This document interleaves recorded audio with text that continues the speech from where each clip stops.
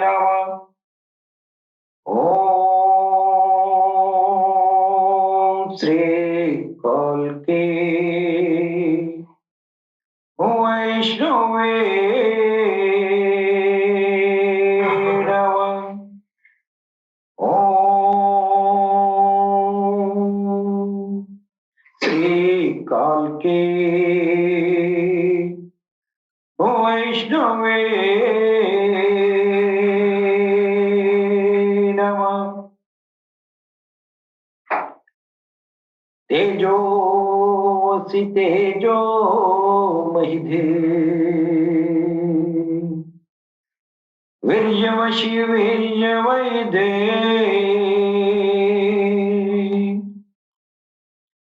बलमसि बलं महिधे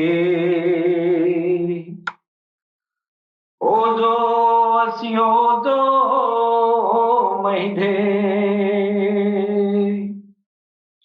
पश्ये मुचरित शतम् जीवे मुचरित शतम् शृणुयामुचरित शतम्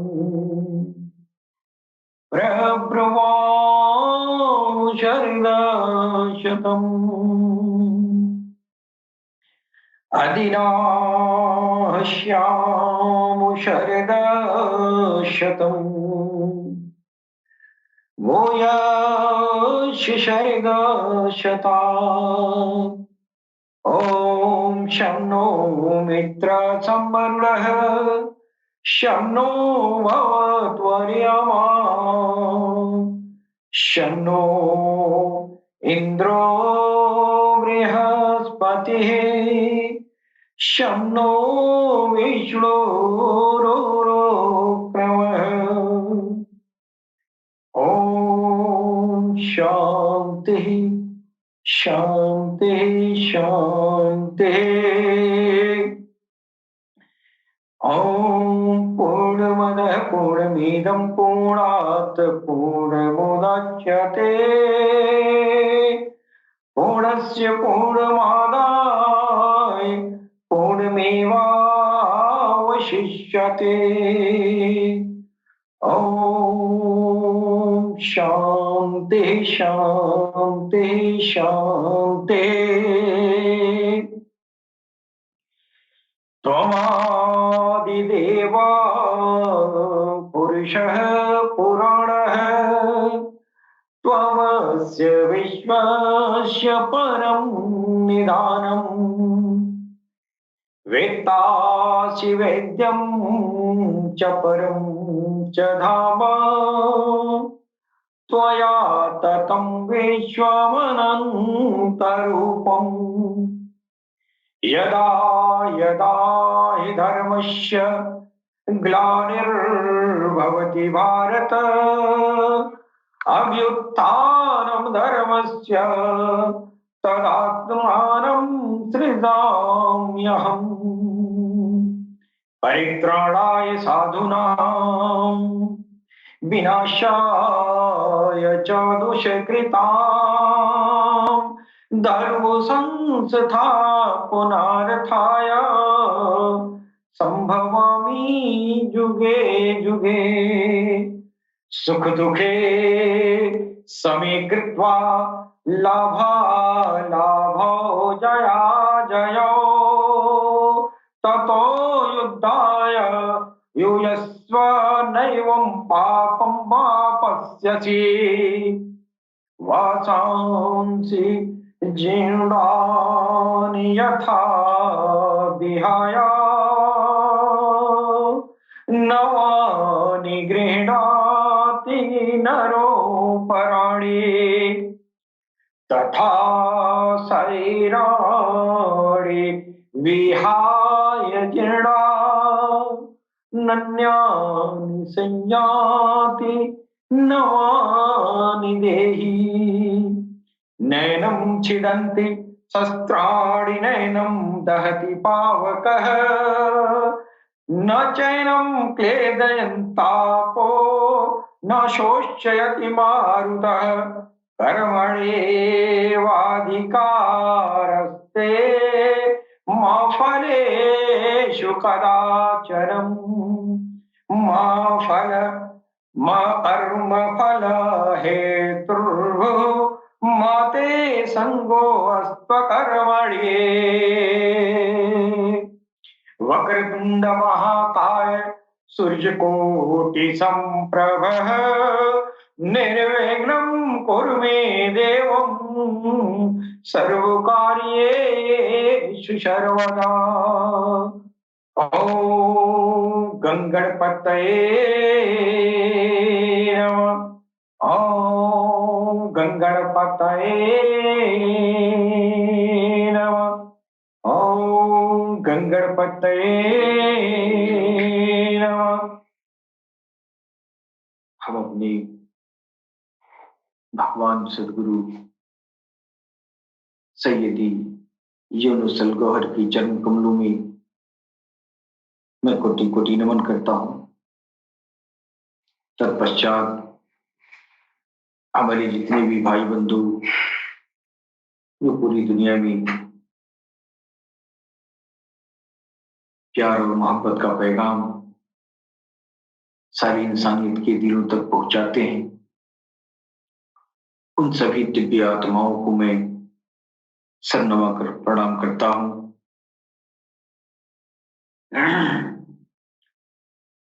मित्रों, हमारा जो ऑल इंडिया हावर का प्रोग्राम है, ये पूर्णतया आध्यात्मिक प्रोग्राम है। हमारा वास्ता सिर्फ और सिर्फ अध्यात्म से है। इस प्लेटफॉर्म पर एक बड़ी अनोखी बात दुनिया वाले को ये लगता है कि ये अल्लाह टीवी वाले, ये ऑल इंडिया हावर वाले लोग देखने में अपने आराध्य को एक मुसलमान के जिस्म के रूप में दिखाई देने वाले की पूजा आराधना करते हैं जी, और राम नाम का, सतनाम का भजन भी करते हैं, जय श्री राम भी कहते हैं, जय श्री कृष्णा भी कहते हैं, जय कल की अवतार भी कहते हैं। और पीछे जो तस्वीर लगी हुई है वो एक मुसलमान के बालक की छवि दिखाई दे रही है, और हम लोग एक मुसलमान के बालक को कल की अवतार भी कहते हैं। तो ये बड़ा नए सुनने वाले के लिए, नवागत हमारी दिव्य आत्माओं के लिए थोड़ा सा ये कशमकश का माहौल हो जाता है जी। लेकिन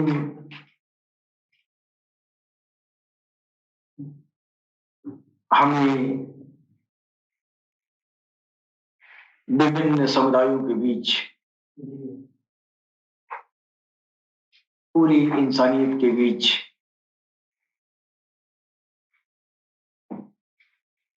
विभिन्न प्रकार के मत मतांतर के बावजूद हम एकता में, ये अनेकता में, यानी अनेकता का मतलब वेशभूषा, बोली भाषा और विभिन्न प्रकार के भूमंडलीय ये जो है स्थितियां, ये सब संसार का ये नियम है। और ये विभिन्न प्रकार की भाषाओं का, विभिन्न प्रकार के संप्रदायों का, विभिन्न प्रकार के मत मतांतरों के बीच अनेकता में एकता का पैगाम देना, ये हम ऑल इंडिया हावर के प्रोग्राम वालों को, उनके लिए यानी हमारे लिए बड़ी गर्व की बात है, बहुत हर्ष की बात है कि हम विभिन्न समुदायों के लोगों के बीच अनेकता में एकता का प्रदर्शन करते हैं। जी बिल्कुल। और ये एकता का मूल मंत्र हमारे महामनीषी भगवान काल की अवतार उद्दखील, समावील, मैत्री बुद्धा, तीर्थंकर और इमाम मेहदी अस्सलातु वस्सलाम के कृपा की बदौलत जी हम ये प्रदर्शन कर पा रहे हैं। जी वास्तव में सांप्रदायिकता के इस आत्मघाती दौर में जी एकता में, ये अनेकता में एकता का प्रदर्शन करना ये एक जोखिम भरा काम है। जी निसंदेह। जी इसलिए कि इंसानियत के दिलों में कली का प्रकोप इतना प्रभावी है कि इंसान होकर भी जानवर से बढ़कर आपस में व्यवहार कर रहे हैं। जी एक जानवर अपनी जात में हिंसा नहीं करता है।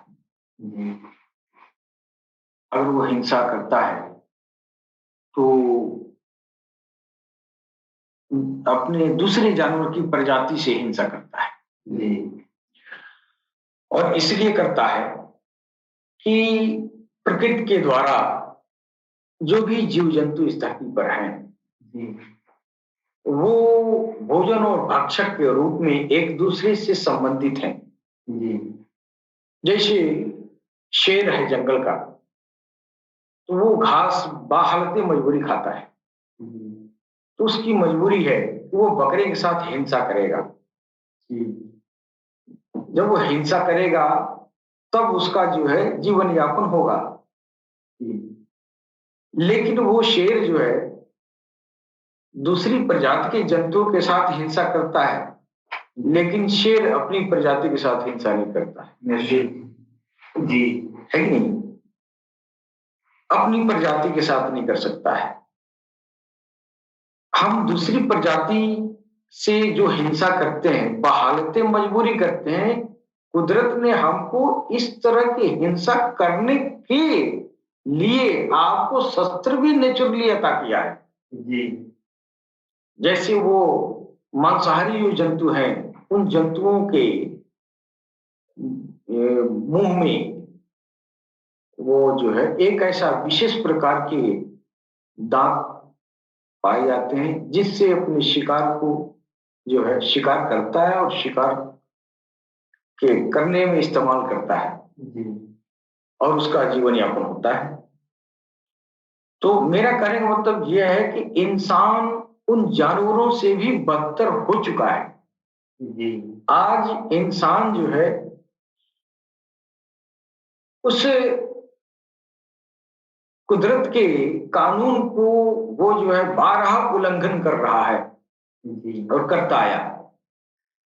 कहा गया है मनुष्यों के द्वारा कि इंसान सबसे अफजल तरीन मखलूक है ईश्वर की तरफ से एक बहुत सुंदर कृति है इंसान। और इस दौर में जो इंसानियत दिखाई दे रही है वो जानवरों से भी बढ़ के जो है हिंसात्मक व्यवहार कर रही है। आप देखते होंगे यूट्यूब पर ये जंगल के सीन दिखाए जाते, अफ्रीकी जंगलों के जो है ये सीन दिखाए जाते हैं कि जानवर एक दूसरे को बड़ी बेरहमी से एक दूसरे को मारते हैं और खा जाते हैं। लेकिन आपने ये नहीं देखा होगा कि बाघ को खा रहा है, हाथी को खा रही है, शेर को खा रहा है। ऐसा नहीं होता है। लेकिन इंसान तो इंसान को खा रहा है। तो हम इस मामले में हम जो है जानवरों से भी बदतर हो चुके हैं, है कि नहीं? और इस घोर कलयुग में जो इंसान इंसान के खून का प्यासा है, दीन और धर्म के नाम पर कट रहा है। दीन और धर्म इंसान की रूहानी भोजन होता है। एक शेर जो है बकरे का शिकार अपने पेट के लिए करता है कि नहीं? और इंसान अपने धर्म को इसलिए धारण करता है कि उसकी रूहानी भूख जो है शांत हो। उसकी जो अध्यात्म, उसके आत्मा का जो गिजा है, भोजन है, उसके लिए धर्म को धारण करता है कि नहीं? और धर्म को इसलिए धारण करता है, धर्म को धारण करेंगे तो हमारे जो आत्मा है, इसकी पोषण के लिए, इसकी पोषण सामग्रियां धर्म से मिलेगी। और धर्म में जो पोषण सामग्री है वो अध्यात्म है। जिस धर्म में अध्यात्म नहीं वो धर्म नहीं, वो धर्म हो ही नहीं सकता, है कि नहीं? तो हम धर्म में जो है आ, हम अपनी आत्मा की जो पोषण है उसकी तलाश करनी चाहिए, है कि नहीं? और हम क्या कर रहे हैं कि हम जो है पोषण नहीं ले रहे हैं, धर्मों से हम पोषण नहीं ले रहे हैं, सिर्फ धर्मों पर वार कर रहे हैं, है कि नहीं? धर्मों का शिकार कर रहे हैं, धर्मों का हम शिकार कर रहे हैं ना। अब मान लीजिए कि एक जंगल का शेर अपना शिकार किया, शिकार करके उसको खा लिया ना, और खा के अपना भूख शांत कर लिया, है कि नहीं? उसके जीवन का कारोबार चल रहा। तेरी आत्मा का कारोबार क्या है? तेरी आत्मा का कारोबार है धर्म को धारण कर, उसकी स्पिरिचुअलिटी को एडॉप्ट कर, फिर उस स्पिरिचुअलिटी के जरिए अपने आत्मा को पोषण कर, फिर आत्मा का पोषण करके परमात्मा में मिला दो। ये ना हुआ लक्ष्य धर्म का, है कि नहीं? तो हम तो जानवरों से भी गिरे हुए हैं। जानवर तो अपने पेट के लिए शिकार करता है, अपने गिजा के लिए, अपने भूख के लिए, है कि नहीं? और हम शिकार करके बर्बाद करते हैं, उसका सेवन नहीं करते हैं, सिर्फ हाड़ियां फोड़ना जानते हैं, खाना नहीं जानते हैं, है कि नहीं? खोज खोज के घर घर का हांडा फोड़ रहे हैं। अरे फोड़ के खा लेते तो बड़ी बात होती ना, तेरा काम हो जाता, है कि नहीं? अब हिंदू क्या है, बगल वाले अपना हड़िया तो खाली है, बगल वाले मियाँ का हड़िया देख रहा है, यानी मेरा मतलब दीन, उसके धर्म को देख के और ईंटा कंकड़ पत्थर फेंक रहा है कि नहीं? इसलिए फेंक रहा है कि फोड़ दें, इसलिए फेंक नहीं रहा कि हम खा ले, है कि नहीं? अरे खा लेता तो भाई उसकी रूह की गिजा हो जाती है। उसी तरह मुसलमानों को देखिए, अब वो पढ़े लिखे थे, अब बड़े बड़े आलिम, वाकई पढ़े लिखे लोग हैं, बात तो बड़ा सुंदर करते हैं, लेकिन सनातन के ऊपर ऐसी कंकड़ डालते हैं, ऐसी कंकड़ फेंकते हैं, उस कंकड़ से वो सनातनी घायल हो जाता है, वो बिखर जाता है ना? और बिखर के ये भी नहीं कि सनातन के अर्थ को वो ले ले, वो आलिम इस अर्थ को नहीं लेता है, बस हमारा फोड़ के जियान कर देता है, वो किधर हो जाता है, है कि नहीं? अब ये हमारा जो गागर है, जो सनातन की गागर है, उसमें भी तो अमृत छुपा है। वो अमृत क्या है? वो अमृत अध्यात्म ज्ञान है। और अध्यात्म ज्ञान का अमृत क्या है? भगवान का नाम है कि नहीं? तो हम अपने भगवान के नाम, राम के नाम से जानते हैं। जब हम राम राम करते हैं तो आपको समझ में आता नहीं है, दूर बैठे हुए कंकड़ फेंक के और खोद विनोद करके चले जाते हैं, है कि नहीं? और आप जब खोद विनोद करते हैं तो हम कुपित हो जाते हैं, है कि नहीं? ज्ञान न हमको है न आपको है। जैसे हम आपको हड़िया फोड़ रहे हैं, उसी तरह आप मेरा फोड़ रहे हैं, अब फोड़ फोड़ के मजा मार रहे हैं और दोनों भूखे तड़प रहे हैं। दोनों की आत्माएं, वो जो ईश्वर ने गिजा आत्मा की बनाई है नूर, वो नूर अध्यात्म पे एडॉप्ट करने के बाद में मिलेगा जी। तो आपने अध्यात्म एडॉप्ट नहीं किया, सिर्फ कंकड़ मारा, मेरी गागर फोड़ी, मेरे गागर का अंदर छिटा गया और उसको आप जो है छोड़ के भाग गए जी। हमारे राम राम पर आपने टिप्पणी किया जी, है कि नहीं? लेकिन मेरे राम के अंदर उस जो इसम जो नाम है राम, आप अगर कुरान में खोज लेते तो आपकी रूहानी गिजा हो जाती। वाह, बिल्कुल, है कि नहीं? लेकिन आपने कहा तू तो इंसान को भगवान कह रहा है। आप तो इतना कह के भाग गए और आपको पता नहीं है कि अल्लाह भी कह रहा है हदीसों में कि मैं उसका हाथ बन जाता हूँ जिससे वो पकड़ता है जी, बिल्कुल है, मैं उसकी आंख बन जाता हूँ जिससे वो देखता है। तो बात तो वही हुआ मेरे भाई, मैं राम को आंख वाला, हाथ वाला, पैर वाला को पूज रहा हूँ और तेरी हदीस भी तो वही कह रही है। तो जिसके अंदर, जिसका हाथ पैर, जिस मुसलमान का हाथ पैर अल्लाह बन गया, फिर वो अल्लाह हो गया ना। मैं उसी अल्लाह को तो इधर राम कह रहा हूँ।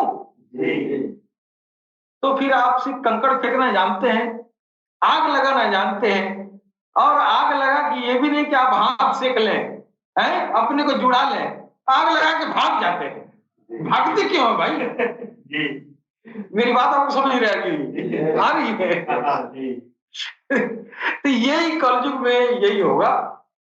अब एक व्याख्यान कोई दे रहा है कि ये जो है भगवान साकार है तो भगवान निराकार है। 2-3 दिन से मैं यूट्यूब पे देख रहा था कि बड़े बड़े संत और महात्मा, और ये जो है ये पूछ रहा है कोई यूट्यूबर है, कोई एंकर है, पूछ रहा है अच्छा भगवान साकार है कि निराकार है? आप बताइए भगवान साकार है कि निराकार है? आप बताइए भगवान साकार है कि निराकार है? तो सारे संत अपने अपने हिसाब से जवाब दे रहे। अधिकतम कह रहे हैं नहीं, साकार भी है और निराकार भी है। जी जी।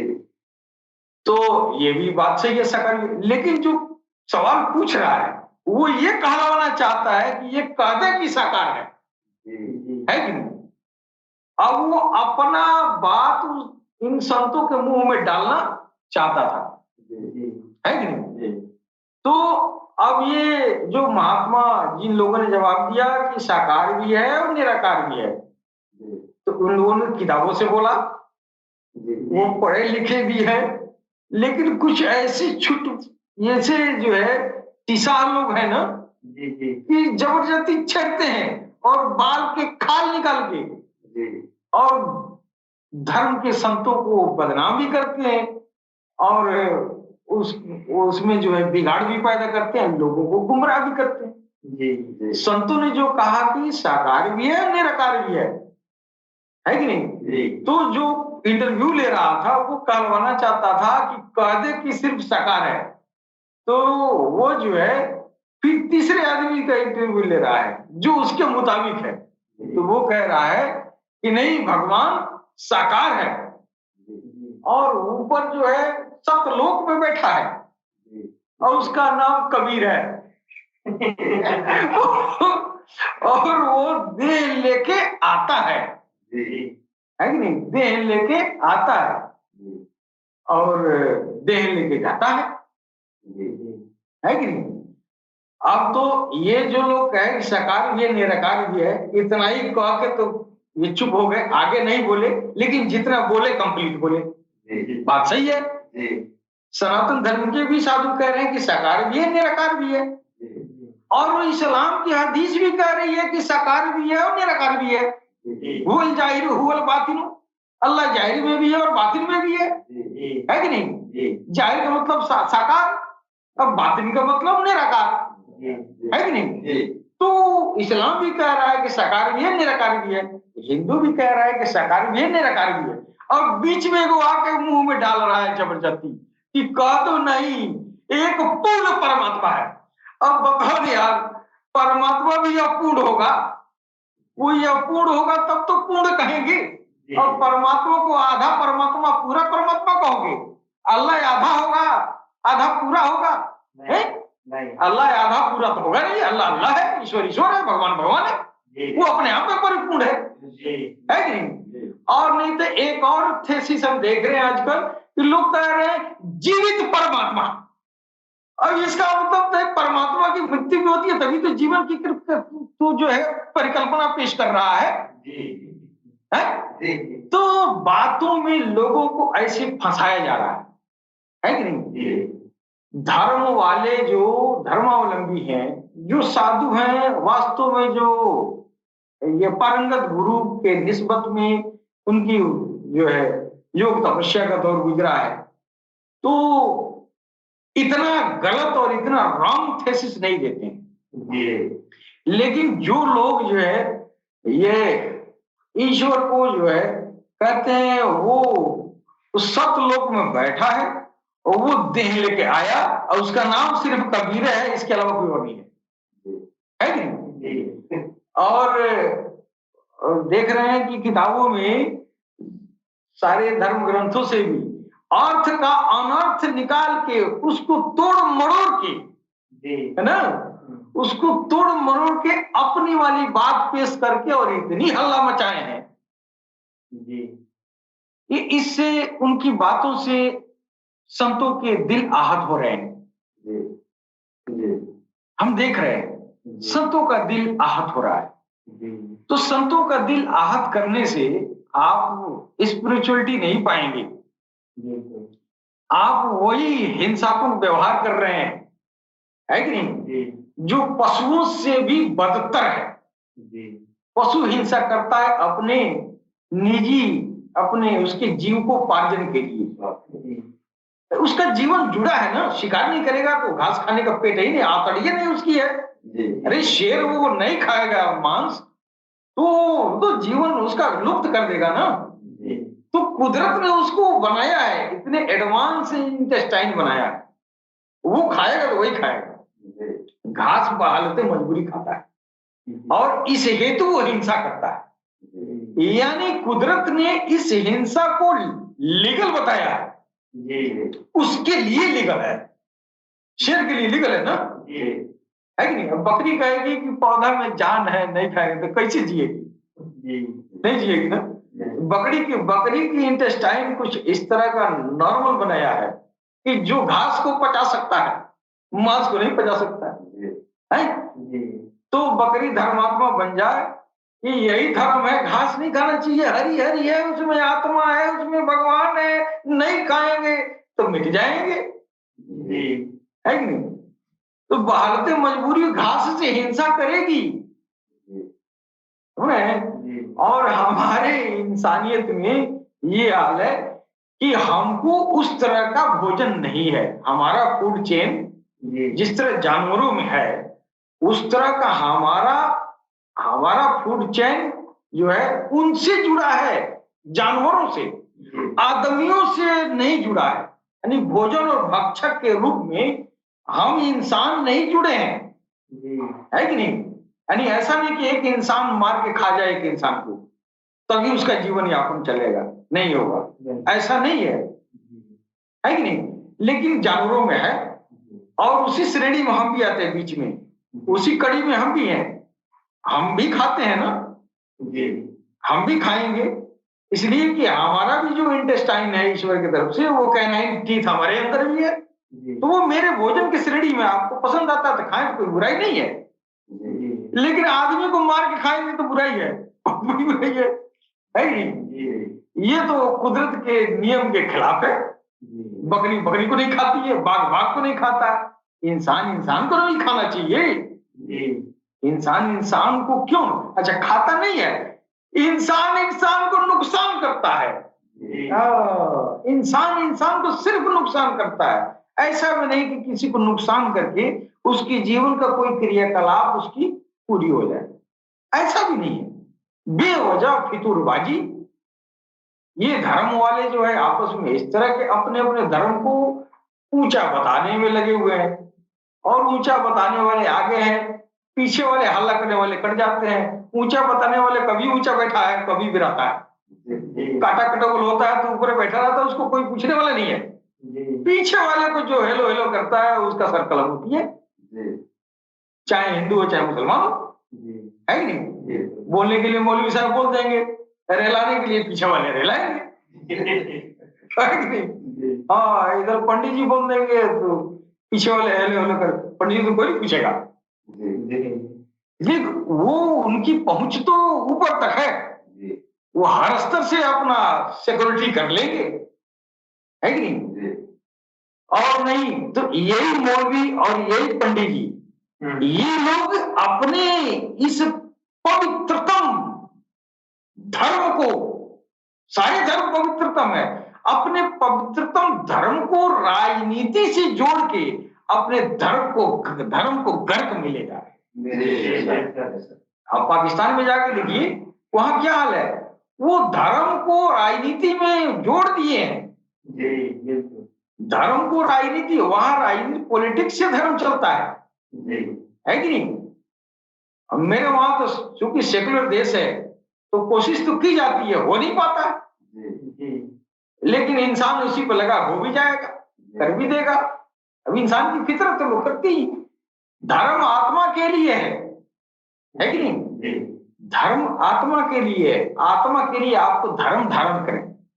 और एक बयान नया जो है आजकल दौर में और शुरू से ही है, एक धर्म परिवर्तन का एक ऐसा हवा चला हुआ है कि धर्म परिवर्तन, अब धर्मों के जो आलिम है, ज्ञानी है, ज्ञाता है, वो मंच से दलीलें पेश करता है आम भोले भाले लोगों के बीच, है कि नहीं?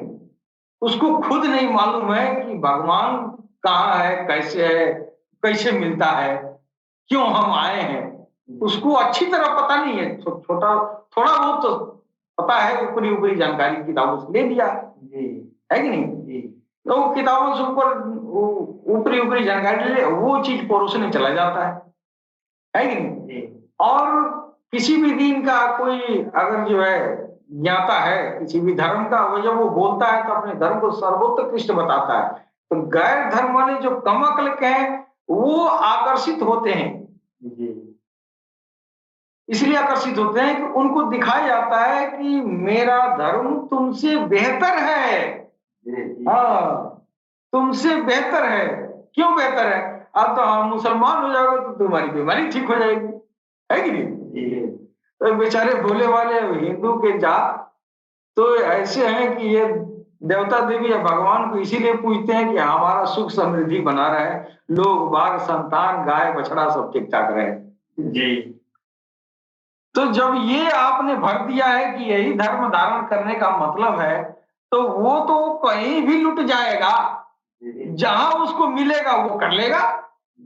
इसलिए कि आपने सिखाया कि आपने भगवान भगवती देवा देवी इसलिए पूजते हैं कि आपकी सुख समृद्धि बनी रहेगी, आपकी भाग तकदीर बनी रहेगी, यहाँ ऐशो आराम में रहेंगे, है कि नहीं? और उतना करने के बाद अगर किसी को नहीं होता है तब कहता नहीं तू उस जन्म में बिगाड़ के आया है, इस जन्म में पूजा करने के बाद भी तू अमीर नहीं हो रहा है। तो आप धर्म को इस तरह पेश कर रहे हैं तो दूसरा तो दिखा के तो लूट ही लेगा।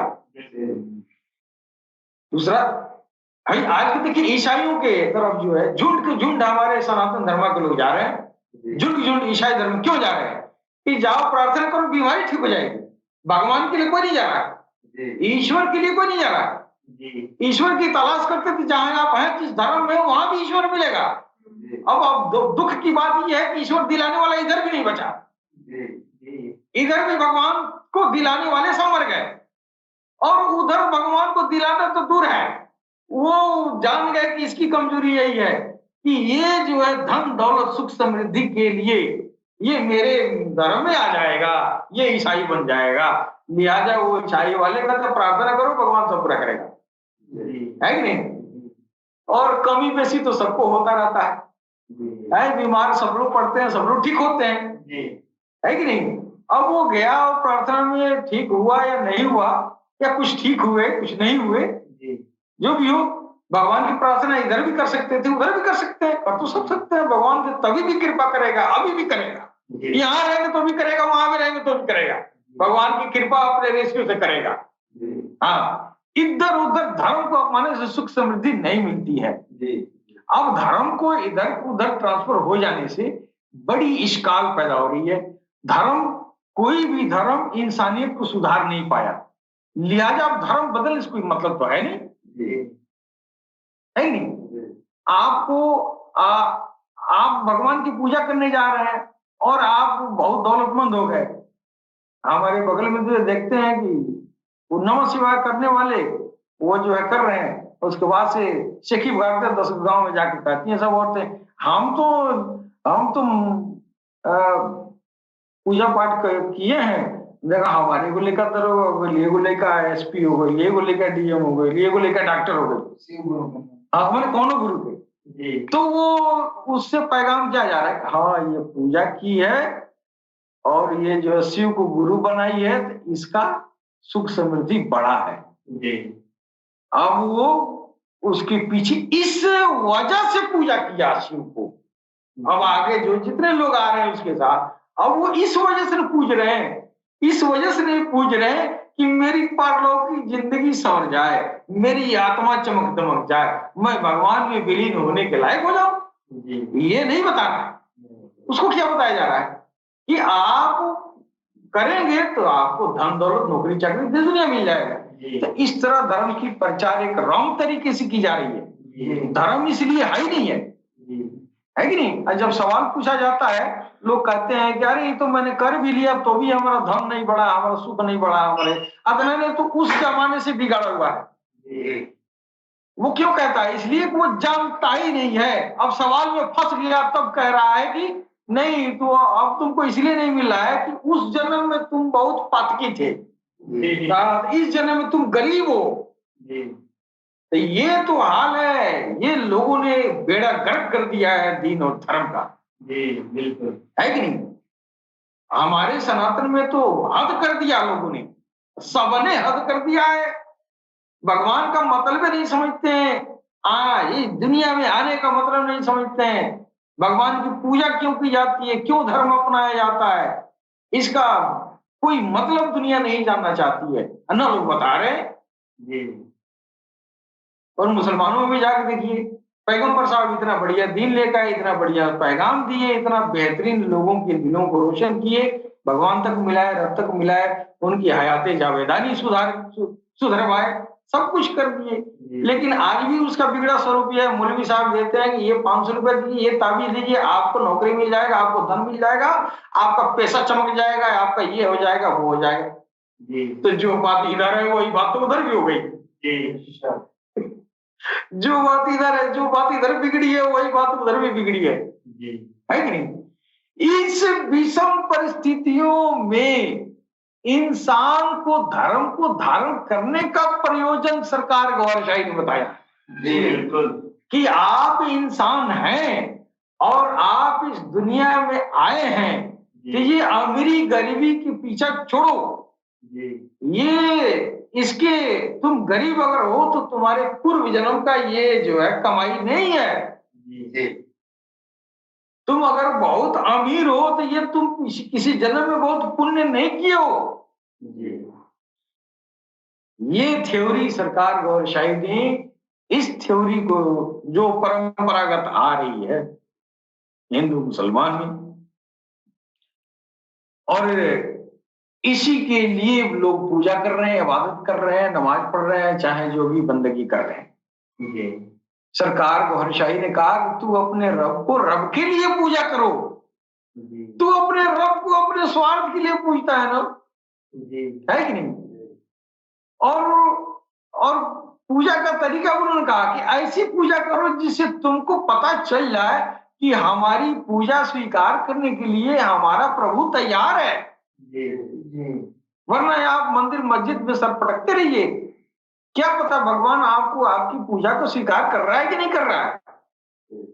आज तक कोई मौलवी साहब या कोई पंडित जी बताएंगे कि भगवान आके मंदिर में खड़ा होकर कहें कि हे प्रभु, हे ये हमारे बंदे, हम आपकी भक्ति को मैंने स्वीकार किया? कोई कह सकता है? नहीं कर सकता। आज तक किसी मंदिर मस्जिद चर्च गुरुद्वारा में कहीं भी भगवान आके नहीं कहा है कि मेरे बंदे मैं तेरी भक्ति को कबूल करता हूं। फिर सर पटकते रहते हैं, क्या पता वो आपको आपकी बंदगी को स्वीकार कर रहा है कि नहीं। आपको अपने बंदगी के लायक भी आपको समझता है कि नहीं? आपको क्या पता है? आप सब सर पटकते जा रहे हैं। यही तो सरकार गौहर शाही ने बताया कि जो तुम टकरे मारने पर लगे हुए हो, एक तो तुम अपनी मकसद नहीं जानते कि तुम किस लिए धरती पर आए, किस लिए तू हिंदू है, किस लिए तू मुसलमान है, ये मकसद ही तुमको मालूम नहीं है। फिर धड़ सर पटकते जा रहे हो मंदिर मस्जिद में, और नहीं तो धर्म के नाम पर लोग गर्दन भी काट रहे हैं और अपने अपने वर्चस्व को लिए विश्वव्यापी स्तर पे बड़े बड़े षड्यंत्र करके अपने अपने धर्म की स्थापना में लगे हो। और हकीकत यह है कि कोई भी धर्म अपने पूरे आबोताब भी नहीं है अपने मकसद में। धर्म की आबोताब यह है कि वो धर्म का नियम कानून ईश्वर तक पहुंचा दे, ज्यादा से ज्यादा बंदों को, उस धर्म को धारण करने वाले को ईश्वर तक रसाई हासिल करा दे। कौन ऐसा कोई धर्म बचा है जिस धर्म में डंका के चोट पर कहा जाए कि हम हिंदू हो जाए चाहे मुसलमान हो जाए, डंका के चोट पर भगवान हमको मिल जाएगा? कोई कह सकता है? नहीं कह सकता है। इसका मतलब कि सबकी मियाद पूरी हो चुकी है। सारे दीन अब लोग मुर्दा बना दिए हैं, सारे धर्म अब जो है वो सब पंक्चर हो चुके हैं, वो प्रभावी नहीं है। इंसानियत की रूहों को जिंदा करने के लिए, इंसानियत की आत्मा को जागृत करने के लिए अब न कोई हिंदू बचा है, हिंदू धर्म बचा है, न कोई मुस्लिम धर्म बचा है। बचा क्या है? सिर्फ ये धर्म के कानून बचे और उस कानून पे चल के लोग जो है नफरत का सौदा करते हैं।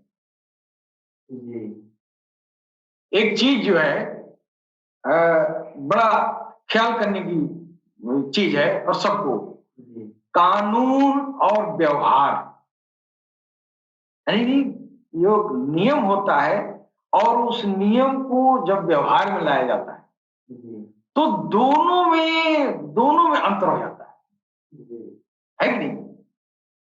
कानून में और व्यवहार में। जैसे कोई भी देश का कोई भी कानून है, अब असेंबली में कानून पास होता है, अब वो कानून जो है दुनिया पर लागू किया जाता है कि नहीं?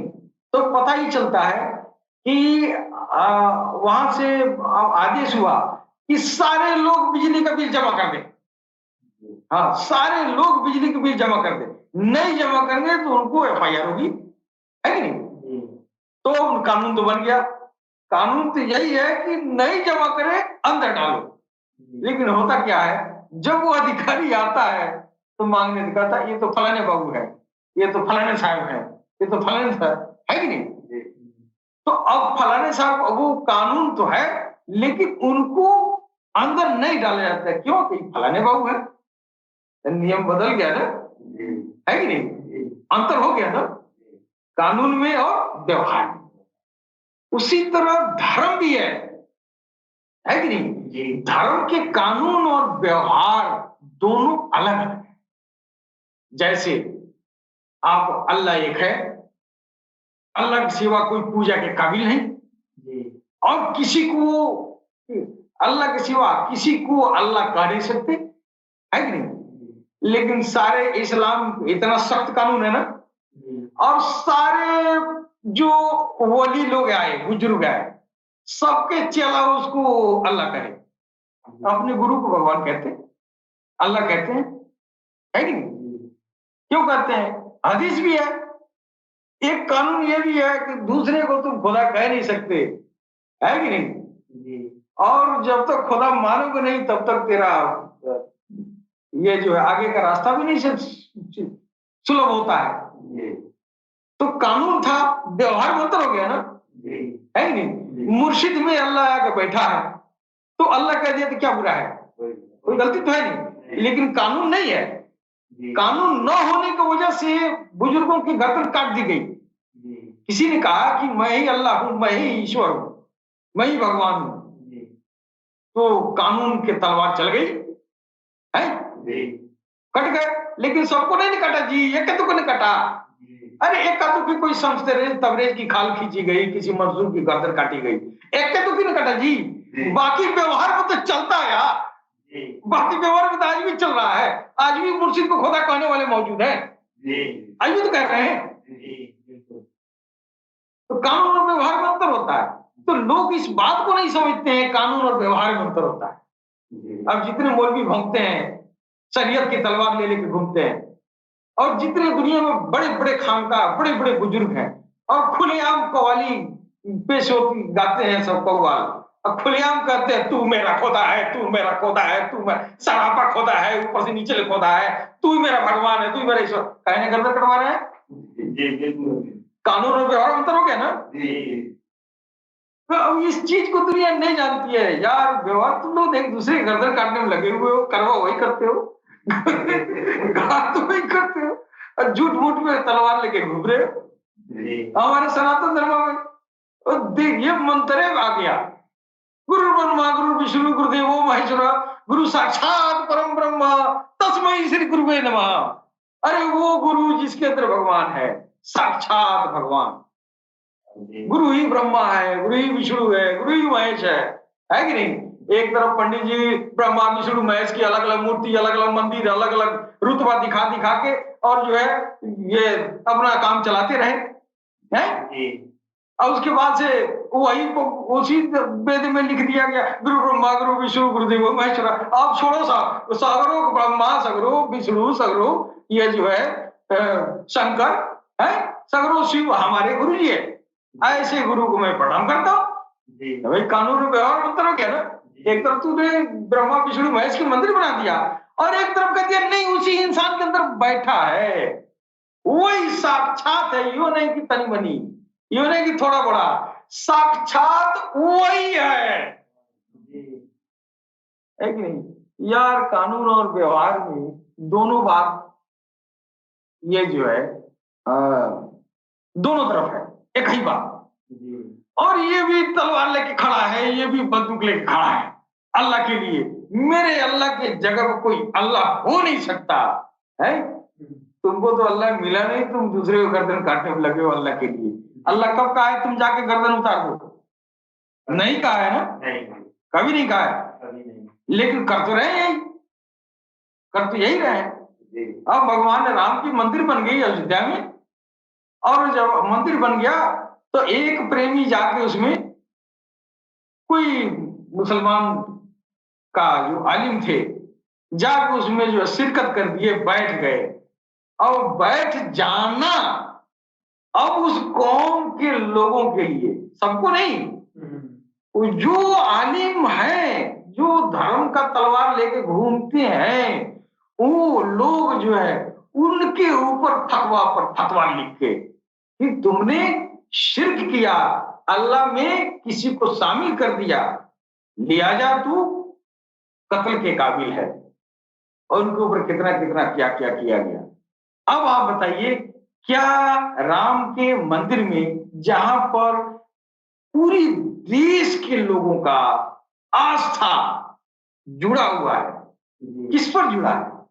उसी राम पर जुड़ा है जो इंसान के शक्ल में थे, जिस राम को हम भगवान का हाथ पैर समझ रहे हैं। यार तेरे वली औलिया तो यही कहते हैं, मैं उसका हाथ बन जाता हूँ, हदीस भी कह रहा है, मैं उसका पांव बन जाता हूँ, मैं उसका नाक बन जाता हूँ, उसकी कान बन जाता हूँ जिसको सुनता है।